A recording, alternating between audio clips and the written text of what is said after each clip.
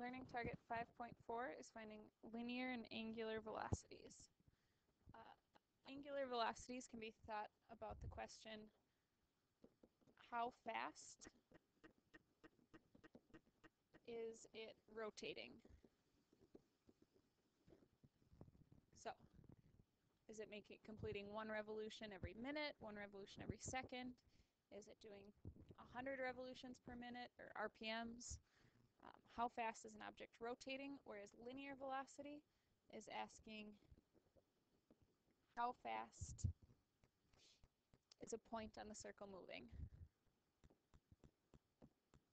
So how fast is a point on the circle moving? So instead of being RPMs or revolutions per minute, this would be meters per second or miles per second or feet per second, miles per hour, kilometers per hour, that type of thing. So the angular velocity, the formula for angular velocity, how fast is something moving, is theta over time. How many degrees per second? How many radians per minute? That type of thing. How fast is a point on the circle moving for the linear velocity?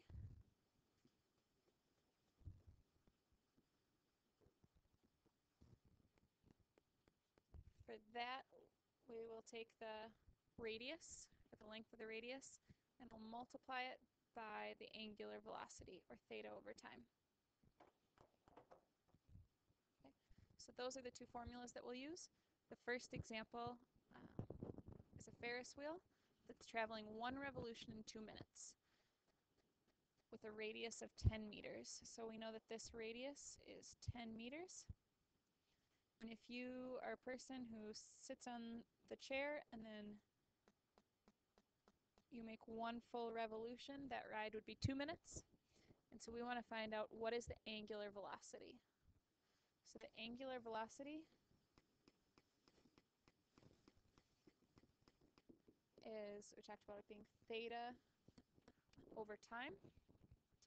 And so theta is that angle in radians. So that's an important thing to note, that theta is always measured in radians for these formulas. So what will theta be? How many radians is in that full revolution? One revolution is 2 pi. So it's completing 2 pi in 2 minutes. So we could simplify that to pi radians every 1 minute. And that would be the speed. Makes sense if it goes a full revolution in 2 minutes, that if you sit on the Ferris wheel, that you would make it pi radians or half of a revolution in just 1 minute. Okay. Next question is asking about the linear velocity. So that's asking that question of how fast is a point on the circle moving? In this case, you sitting on the chair, you are the point on the circle, and we want to know how fast are you moving? What is your speed? Okay. Linear velocity. Again, we're following the formula that it is the radius times the angular velocity. We know the radius is 10 meters. So we're going to multiply that by the angular velocity of pi radians per 1 minute.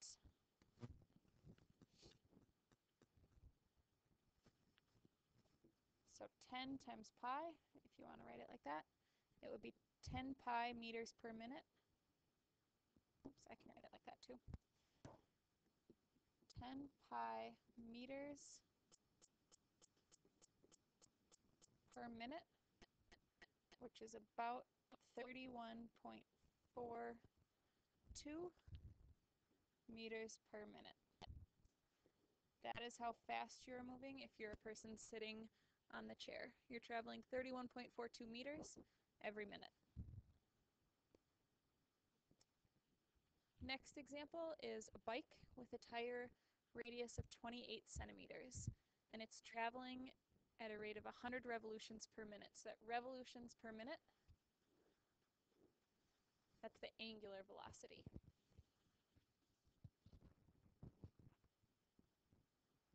Part A asks about the circumference of the tire.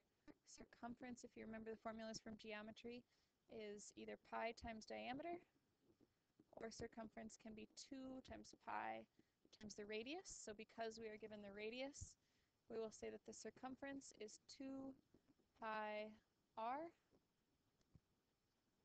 So that would be exactly 56 pi centimeters, or we could approximate the circumference to be about 175.93 centimeters.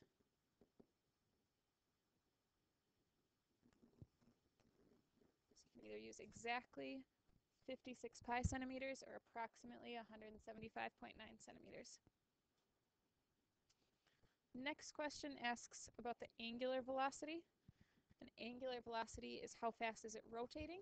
So because it tells us that we are going 100 revolutions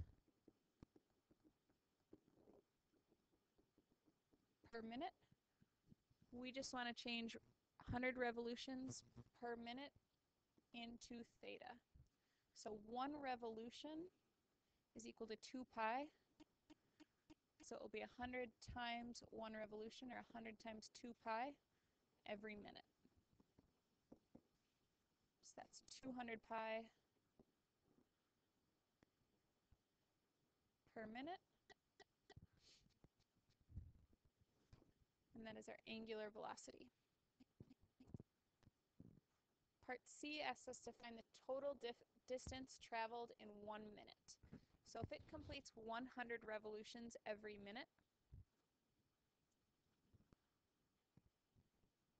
we can figure out how far does it go in that 1 minute. Well, how far does it go in 1 revolution?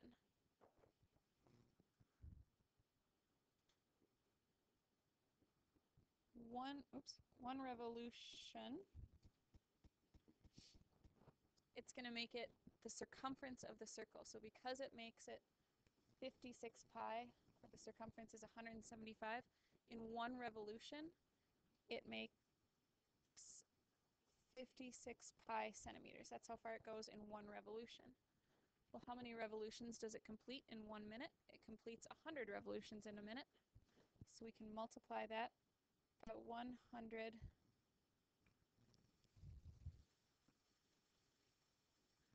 revolutions per 1 minute.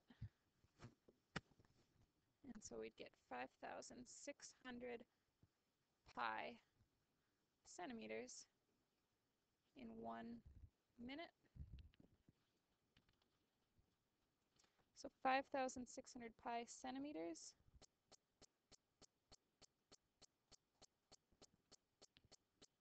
is 17,592 centimeters in that 1 minute. Okay. We might want to convert that to meters because 17,000 centimeters is a lot. But to convert centimeters to meters, we can just move the decimal place over, and so we could also say that that is 175.92 meters.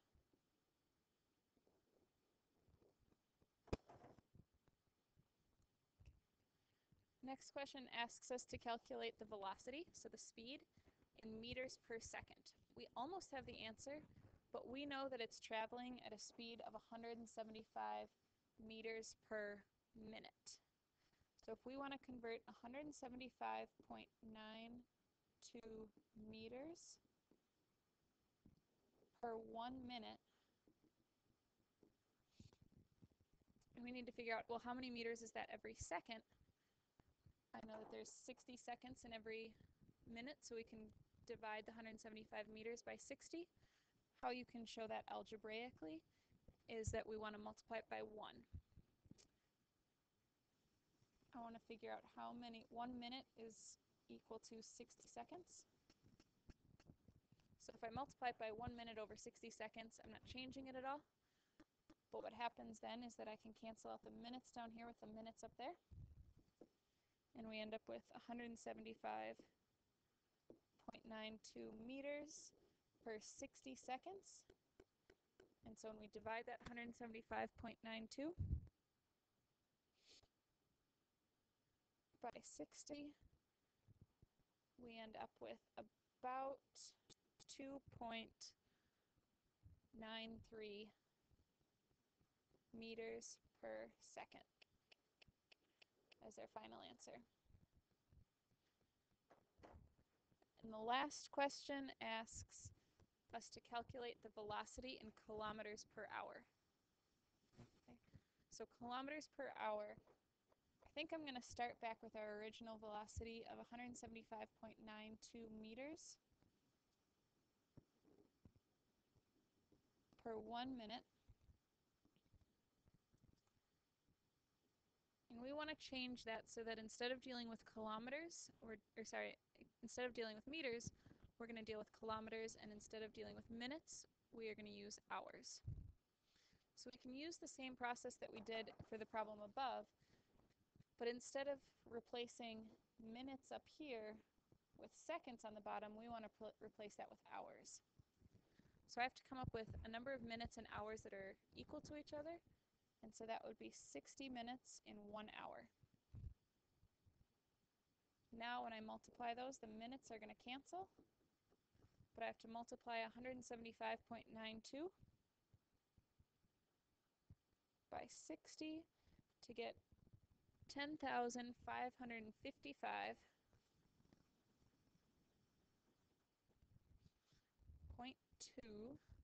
meters every hour.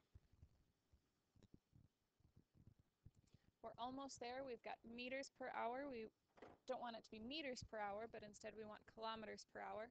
So I have to figure out how many kilometers are in 10,555 meters. Some of you would already know that that is 10 kilometers, or about 10.5, but to show that algebraically, we want to get rid of this meters up here, so we need it to cancel down here.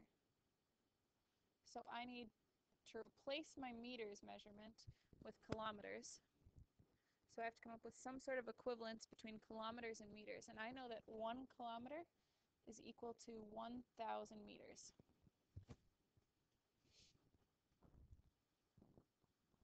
So what happens there now? Now we've got meters cancels out with meters. So on the top we are left with 10,555.2 kilometers. That's all that's left on the top. Over, we still have 1,000, but now our units is hours. So how do we simplify that if we want kilometers per 1 hour? Now we just do the division of 10,555 divided by 1,000. Or you can move the decimal place over 3 places. So I'll take this decimal, move it over 3, and we end up with an answer of about 10.555. We can just round it to there. Kilometers per hour as our final answer. So that biker is traveling about 10 kilometers per hour. And if you wanted to, you could try to do the conversion from kilometers per hour to miles per hour, but we won't do that right now.